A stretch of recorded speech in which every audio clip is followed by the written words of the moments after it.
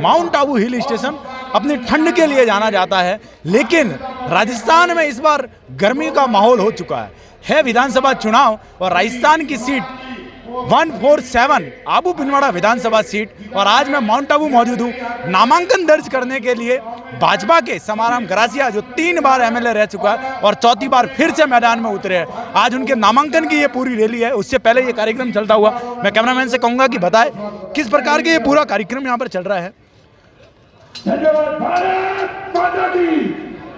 मेरा पुलिस प्रशासन से अनुरोध है, हमारी अभी काफी तो स्वरूपगंज से आप हैं सुमित्रा जी, स्वरूपगंज और आसपास के आबू पिनवाड़ा के ऐसे कौन से मुद्दे हैं जो इस बार वापिस फिर से जनता समाराम जी को चुनेगी?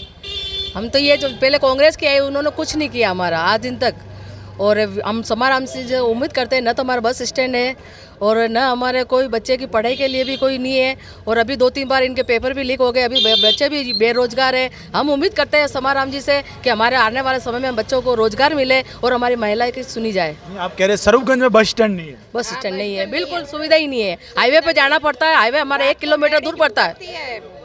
हाईवे पे बच्चे होते हैं, छोटे बच्चे अकेले आना पड़ते, छोटे बच्चे होते हैं, सामान होता है, न वहाँ कोई साधन होता है आने जाने का, कैसे आवे? तो अभी जो समाराम जी है इनका ये तीसरा टर्म है, इससे पहले 3 बार विधायक बन चुके, अभी चौथी बार बनेंगे। तो क्या इससे पहले इन्होंने बस स्टैंड के लिए क्या आपने मांग उठाई या इन्होंने पूरी की? पहले बस स्टैंड था और बस स्टैंड से था और बसें आती थी, अंदर भी आती थी बसें। कितना टाइम हुआ बस स्टैंड बने हुए? 5 साल ऊपर हो गए। 5 साल से ऊपर हो गए। तो अभी यही आपका विशेष स्वरूपगंज की मांग यही है? हाँ, हमारी यही मांग है। अभी आप एक महिला के तौर पर आएगा, फूल खिलेगा और मोदी जी को लाना है, नरेंद्र मोदी है तो सब कुछ है, कुछ नहीं है। नहीं तो स्थानीय चुनाव में अगर लगे तो वहाँ पर तो प्रधानमंत्री जी का क्या वर्चस्व रहेगा? यहाँ पर तो स्थानीय मुद्दे जो जैसे है, सरकार बढ़ेगी तो आगे सुनवाई होगी कहाँ से? यहाँ पे सरकार इनकी कांग्रेस की होती है तो हमारी सुनवाई नहीं होती है, सुनते ही नहीं है। यहाँ पर तो 3 बार से जैसे समाराम जी थे उसमें 2 बार में तो आगे भाजपा की सरकार। हमारा काम हुआ उस टाइम। जैसे क्या क्या काम हुए समाराम जी के कार्यकाल? बहुत से काम हुए, सड़कें बनाई, नालियाँ वगैरह, पंचायत में हर चीज हर काम हुआ है हमारा। बस स्टैंड का जो मुद्दा है वो कुछ काम नहीं हुआ है हमारा। जैसे पिनवाड़ा गवर्नमेंट कॉलेज नहीं बना है, जैसे टीएसपी का भी मुद्दा है, तो टीएसपी पर आपकी क्या सोच है? टीएसपी होनी चाहिए जी, में भी तो होनी चाहिए ना। टीएसपी होना चाहिए। तो टीएसपी के लिए इससे पहले भी स्थानीय विधायक थे तो उन्होंने वो मांग नहीं मानी या नहीं हुआ, इसका कारण? नहीं मानी। मतलब आप अपने ही विधायक से खुश नहीं? इनका मुद्दा दबाया गया है। मुद्दा दबाया? उनकी सरकार थी तो स्वयं लोढ़ा की जी सरकार थी तो वो उनकी काम हुआ, उनकी सुनवाई हुई। हमारा इनके समाराम जी का कोई सुनवाई नहीं, अभी तक भी नहीं सुनवाई हुई। जैसा कि आज नामांकन रैली है भाजपा में समाराम जी गरासिया के बारे में, तो पहले तो ये रहा कि आप थोड़ा विरोध में थे और वो मांग कर रहे थे, लेकिन उसके बाद में जैसे समझाइश बन गई, अभी आपकी क्या सोच है आगे? अभी हमारी यही सोच है, हमारी भारतीय जनता पार्टी को विजय बनाने की सोच है, दूसरी कोई सोच नहीं है। अभी किन मुद्दों पर आबू पिनवाड़ा में भारतीय जनता पार्टी चुनाव लड़ रही है? बस विकास करा है। जैसा कि सर आपने नामांकन भरा है, इस बार आपके क्या मुद्दे रहेंगे जो आप चौथी बार विधायक बनने की जो मांग पर आप खड़े हैं?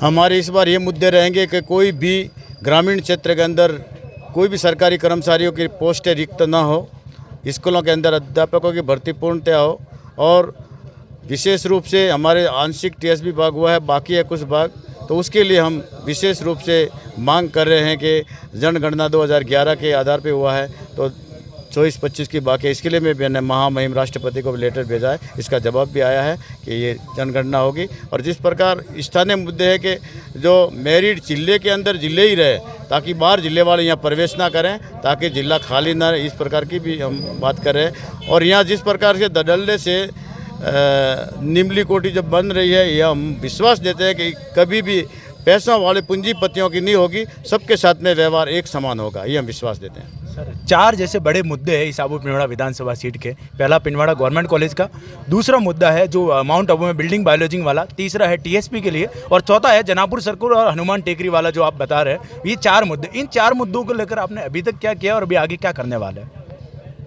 हनुमान टेकरी और जनापुर सर्कल वाला वो हमने केंद्र सरकार को भेजा है, इसका वो पूरा बना हुआ है, इसके लिए तो हमने पूरा प्रयास किया कि हम बनाएंगे। और रहा बात कॉलेज की, कॉलेज के बारे में कॉलेज चालू किया था, इस कांग्रेस सरकार के पास में बजट नहीं होने की वजह से बंद है, हमारी सरकार होती तो कब से बना हुआ होता। और रहा सवाल टीएसपी के लिए, तो टीएसपी के लिए तो मैंने आपको पहले ही बता दिया कि 151 गांव हुए हैं, 51 गांव हुए हैं, 57 गांव बाकी है।